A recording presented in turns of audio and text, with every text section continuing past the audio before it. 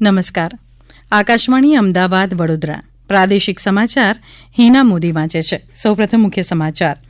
સરદાર Patel good governance CM ફેલોશીપમાં મળેલા જ્ઞાનનો લોક કલ્યાણ માટે ઉપયોગ કરવા યુવાન ફેલોને મુખ્યમંત્રીની અપીલ.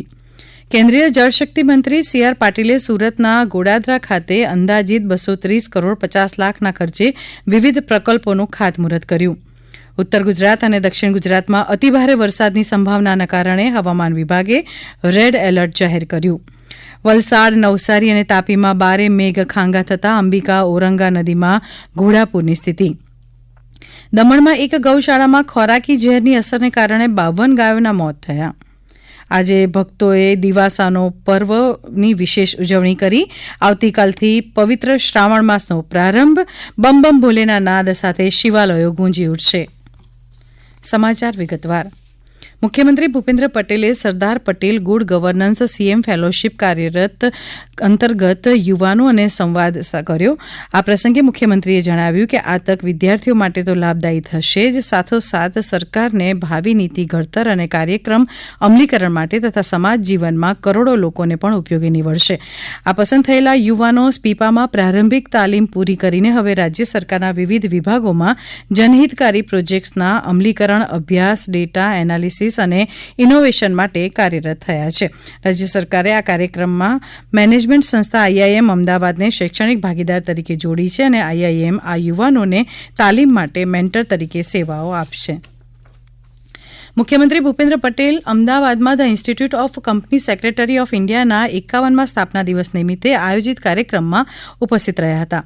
આ પ્રસંગે તેમણે જણાવ્યું કે ગ્લોબલ કોમ્પિટિશન માટે મેક ઇન ઇન્ડિયાને હવે મેડ ઇન ઇન્ડિયા બનાવવાનું છે.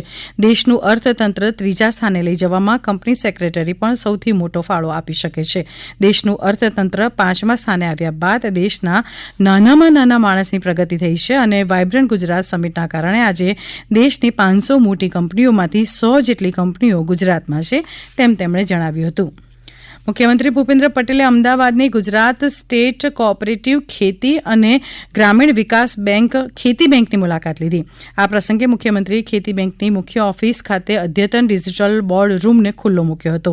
આ પ્રસંગે ખેતી બેંકના chairman Dolarbhai Kotecha, vice chairman Jivanbhai Ahir સહિત અનેક મહાનુભાવો અને સભાસદો ઉપસ્થિત રહ્યા હતા.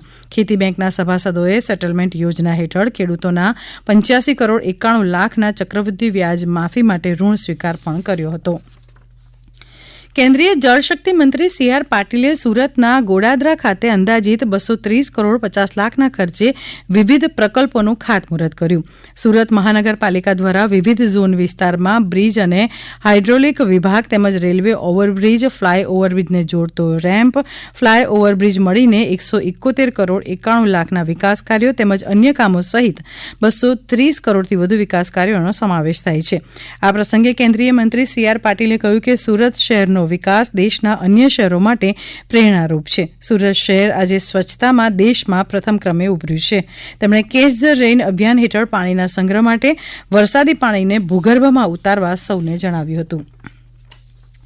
આ સમાચાર આપ આકાશવાણી અમદાવાદ વડોદરા કેન્દ્ર પરથી સાંભળી રહ્યા છો, જે આપ અમારી YouTube channel AIR news Gujarat પર પણ સાંભળી શકશો. વધુ સમાચાર માટે આપ અમારા ટ્વિટર હેન્ડલ AIR_news_ABAD ને ફોલો કરી શકશો.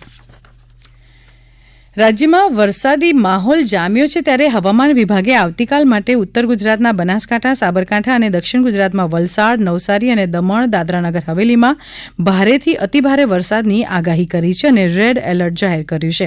આ ઉપરાંત પાટણ, મહેસાણા, સુરત, તાપી અને ડાંગ જિલ્લામાં અતિભારે વરસાદની આગાહી કરાતા હવામાન વિભાગે ઓરેન્જ એલર્ટ જાહેર કર્યું છે. જ્યારે અમદાવાદ, ગાંધીનગર, ખેડા, અરવલ્લી, આણંદ, પંચમહાલ, દાહોદ અને મહીસાગરમાં ભારે વરસાદ માટે યલો એલર્ટ આપ્યું છે. જ્યારે અન્ય સ્થળોએ 30થી 40 કિલોમીટર પ્રતિ કલાકની ઝડપે પવન ફૂંકાવાની અને મધ્યમથી હળવા વરસાદની શક્યતા દર્શાવાઈ છે. રાજ્યમાં ચોમાસા દરમિયાન અનેક સ્થળોએ ભારેથી અતિભારે વરસાદ વરસ્યો છે, ત્યારે કેટલીક જગ્યાએ નુકસાનની ઘટના પણ બની છે. ભરૂચના લાલુભાઈ ચકલા વિસ્તારના મુખ્ય માર્ગ પર એક જર્જરિત મકાન ધરાશયી થયું હતું, તો 100થી વધુ વર્ષ જૂના મકાનો પાસે 10 દિવસ પહેલા એક ફળિયામાં મકાનની દિવાલ ધરાશયી થઈ હતી. આ દુર્ઘટનાના પગલે નગરપાલિકા દ્વારા જૂના ભરૂચનો મુખ્ય માર્ગ બંધ કરાયો હતો. જોકે મકાન પડવાની ઘટનામાં કોઈ જાનહાનિ થઈ ન હતી. જામનગરના સાધના કોલોની વિસ્તારમાં એક જર્જરિત બિલ્ડિંગ ધરાશયી થઈ હતી. વહીવટીતંત્ર દ્વારા રેસ્ક્યુ કામગીરી શરૂ કરાઈ હતી, જે અંતર્ગત એક વ્યક્તિનું મલબામાં દબાઈ જવાથી મોત થયું છે. નવસારી જિલ્લામાં અવિરત વરસાદને કારણે જળબંબાકારની સ્થિતિ સર્જાઈ છે. બિલીમોરા નજીક માછીમારી કરવા ગયેલો એક યુવાન તણાઈ જતા લાપતા થયો છે, જ્યારે જૂજ અને કેલિયા ડેમ છલકાયા છે. ઉપરવાસમાં ભારે વરસાદને લઈ વલસાડની તમામ નદીઓ બે કાંઠે વહી રહી છે. વલસાડની ઓરંગા નદીએ પોતાની ભયજનક સપાટી વટાવતા ઓરંગા નદીમાં ઘોડાપૂર આવ્યું છે, જેને લીધે કાશ્મીરનગરમાં 150થી વધુ લોકોનું સ્થળાંતર કરાયું છે. જ્યારે જિલ્લાના વલસાડ, તાપી, પારડી, ઉમરગામ, કપરાડા, ધરમપુર તાલુકાના 67 જેટલા રસ્તાઓ બંધ કરાયા છે. વલસાડના પારડી તાલુકાના નાના વાછીપા ગામે 100 વર્ષ જૂનું વડનું ઝાડ પડી જતા રસ્તો બંધ થઈ ગયો હતો. વાહન ચાલકોને આવવા જવામાં અગવડતા ઊભી થતા વન વિભાગે જાણ કરાતા જીબીની ટીમે ઘટના સ્થળે આવી પહોંચી હતી અને ટ્રાફિક કંટ્રોલ કરવાની કામગીરી હાથ ધરવામાં આવી હતી. તાપી જિલ્લામાં છેલ્લા 24 કલાકમાં સાર્વત્રિક મેઘમહેરને કારણે તમામ નદીઓ બે કાંઠે વહી રહી છે. પૂર્ણા, અંબિકા, ઝાખરી, મીંઢોળા, વાલ્મીકી નદીઓ બે કાંઠે વહી રહી છે. ગ્રામ્ય વિસ્તારના લો લેવલ પુલ પરથી પાણી ફરી વાહન વ્યવહાર બંધ થયો છે. વરસાદના કારણે કુલ 42 રસ્તા તંત્ર દ્વારા બંધ કરવામાં આવ્યા છે, જેમાં વ્યારા તાલુકાના 12, ડોલવણના 20, વાલોડના 6 અને સોનગઢના 4 રસ્તા બંધ કરાયા છે. હાલ ઉકાઈ ડેમની જળ સપાટી 331.89 ફૂટ પર પહોંચી છે. હાલ મહારાષ્ટ્રના પ્રકાશા ડેમમાં 5 ગેટ ખોલી 61,860 ક્યુસેક પાણી છોડાઈ રહ્યું છે. અરવલ્લીના મોડાસા શહેરમાં આજે બપોર બાદ પડેલા ધોધમાર વરસાદને કારણે જળબંબાકારની સ્થિતિ સર્જાતા શહેરના માર્ગો ઉપર પાણી ભરાઈ જતા વાહન ચાલકોને મુશ્કેલીઓનો સામનો કરવો પડ્યો હતો. નીચાણવાળા વિસ્તારના ઘરોમાં પાણી ઘૂસ્યા હતા. ડાંગ જિલ્લામાં આજે સવારથી અવિરત વરસાદ ચાલુ છે, ત્યારે સાપુતારાની અંબિકા નદીમાં ઘોડાપૂર આવતા ત્યાંના કોઝવે ઉપર પાણી ફરી વળ્યા હતા, જેથી 19 જેટલા ગ્રામ્ય માર્ગો બંધ થતા સંપર્ક વિહોણા બન્યા છે. નર્મદા જિલ્લામાં આવેલ અન્ય એક નાના કરજણ ડેમની જળ સપાટીમાં વધારો થતા કરજણ ડેમના 3 દરવાજા ખોલવામાં આવ્યા હતા. હાલ ડેમના 3 ગેટ 1.6 મીટર ખોલી કરજણ નદીમાં 19,035 ક્યુસેક પાણી છોડવામાં આવી રહ્યું છે. કેન્દ્રશાસિત પ્રદેશ દમણમાં ખોરાકી ઝેરની અસર થવાથી 52 ગાયોના મરણ થયા છે. નાની દમણ દલવાડા ગામ ખાતે આવેલ જય જલારામ ગૌશાળામાં શનિવારે ગાયોના મોત થયા હતા. અત્યાર સુધીમાં 52 ગાયોના મોત થયા છે. એક કંપની દ્વારા અપાયેલી સમોસાની પટ્ટી વધારે ખાતા આ ગાયોને ખોરાકી ઝેરની અસર થઈ હતી. પશુ સારવાર વિભાગના કર્મચારીઓ ઘટના સ્થળે આવીને ગાયોની સારવાર શરૂ કરી છે. 12 થી વધારે ગાયોની સારવાર અત્યારે ચાલી રહી છે. પોલીસ વિભાગ દ્વારા સમોસા પટ્ટીના સેમ્પલ લેવામાં આવ્યા છે અને ઘટનાની તપાસ શરૂ કરવામાં આવી છે. પશુ સારવાર વિભાગના ડોક્ટર વિક્રમ પરમારે આ મુજબ જણાવ્યું.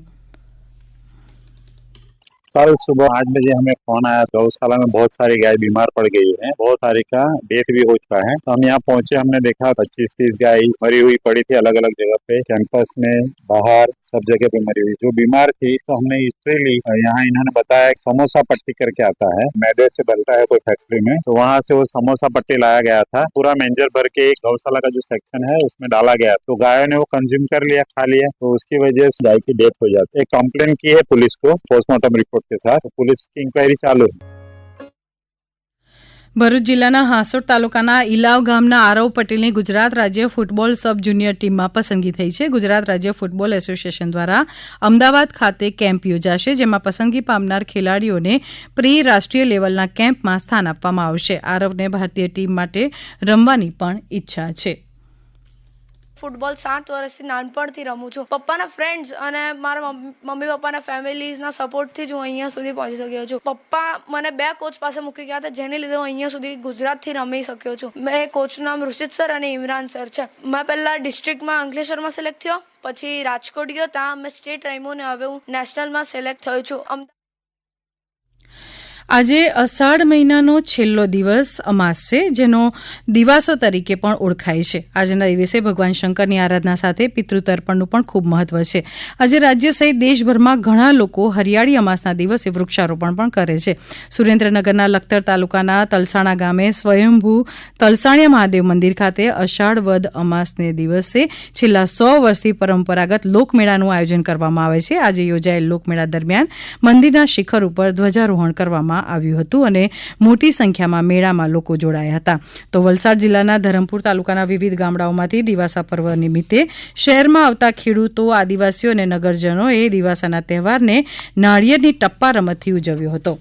આવતીકાલથી પવિત્ર શ્રાવણ માસની શરૂઆત થઈ રહી છે. ભગવાન શિવની આરાધના માટેના આ મહિનો ઉત્તમ ગણાય છે. ત્યારે પ્રથમ જ્યોતિર્લિંગ સોમનાથ મહાદેવ મંદિરમાં શ્રાવણ માસ દરમિયાન ભક્તોને હવે 25 રૂપિયામાં ઘરે બેઠા રુદ્રાક્ષ, નમન અને ભસ્મ મળી રહેશે. શ્રી સોમનાથ ટ્રસ્ટે ફરી ભક્તો માટે માત્ર 25 રૂપિયામાં બિલ્વ પૂજા સેવા શરૂ કરી છે. ગીર સોમનાથ જિલ્લા કલેક્ટર દિગ્વિજયસિંહ જાડેજાએ શ્રાવણ માસ દરમિયાન નો પાર્કિંગ ઝોન અને વન વે માર્ગ અંગે જાહેરનામું પ્રસિદ્ધ કર્યું છે. આ જાહેરનામા અનુસાર ગુડલક સર્કલથી હમીરજી સર્કલ સુધી અને ત્યાંથી ત્રિવેણી રોડને નો પાર્કિંગ ઝોન જાહેર કરવામાં આવ્યો છે. ભાવનગર શહેર અને જિલ્લાના તમામ પ્રાચીન અને અર્વાચીન શિવાલયોમાં શ્રાવણ માસની ઉજવણી સંદર્ભે તડામાર તૈયારીઓ શરૂ થઈ છે. ભાવનગરના તખ્તેશ્વર મંદિર ઉપરાંત શહેરના નાના મોટા અનેક શિવાલયોમાં આખા શ્રાવણ માસ દરમિયાન દરરોજ 4 પ્રહરની મહાઆરતી, પૂજા, જળાભિષેક, દુગ્ધાભિષેક, લઘુરુદ્ર, શિવજીની આરાધના તથા ભજન, કીર્તન, સત્સંગ, સતવાણી અને લોક ડાયરાઓ જેવા અનેકવિધ ધાર્મિક કાર્યક્રમો યોજાશે. અંતમાં મુખ્ય સમાચાર ફરી એકવાર. Sardar Patel good governance CM ફેલોશીપમાં મળેલા જ્ઞાનનો લોક કલ્યાણ માટે ઉપયોગ કરવા યુવાન ફેલોને મુખ્યમંત્રીની અપીલ. કેન્દ્રીય જળશક્તિ મંત્રી સી.આર. પાટીલે સુરતના ગોડાદરા ખાતે અંદાજિત 230 કરોડ 50 લાખના ખર્ચે વિવિધ પ્રકલ્પોનું ખાતમુહૂર્ત કર્યું. ઉત્તર ગુજરાત અને દક્ષિણ ગુજરાતમાં અતિભારે વરસાદની સંભાવનાના કારણે હવામાન વિભાગે રેડ એલર્ટ જાહેર કર્યું. અને આજે ભક્તોએ દિવાસો પર્વની વિશેષ ઉજવણી કરી. આવતીકાલથી પવિત્ર શ્રાવણ માસનો આરંભ. બમ બમ ભોલેના નાદ સાથે શિવાલયો ગુંજી ઉઠશે. આકાશવાણી અમદાવાદ વડોદરા કેન્દ્ર પરથી પ્રાદેશિક સમાચાર પૂરા થયા.